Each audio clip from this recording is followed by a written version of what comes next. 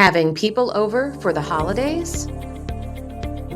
Here are the top 5 tips to avoid a plumbing emergency. Tip number 1. Put a plunger in every bathroom. Tip number 2. Remove wipes from all the bathrooms. Even the ones that say they are flushable should not be flushed down the toilet. Tip number 3. Keep a jar by the sink for pouring in cooking oils and fats.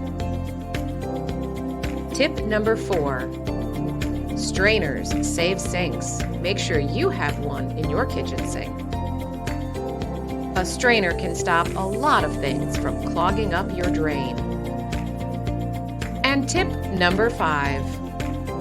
Put a local plumber's phone number in your contacts right now. Here in Wichita, Frederick Plumbing, Heating and Air Conditioning is available for 24/7 emergency service, even on Thanksgiving and Christmas. For all of your plumbing repair needs, call Frederick 316-262-3713.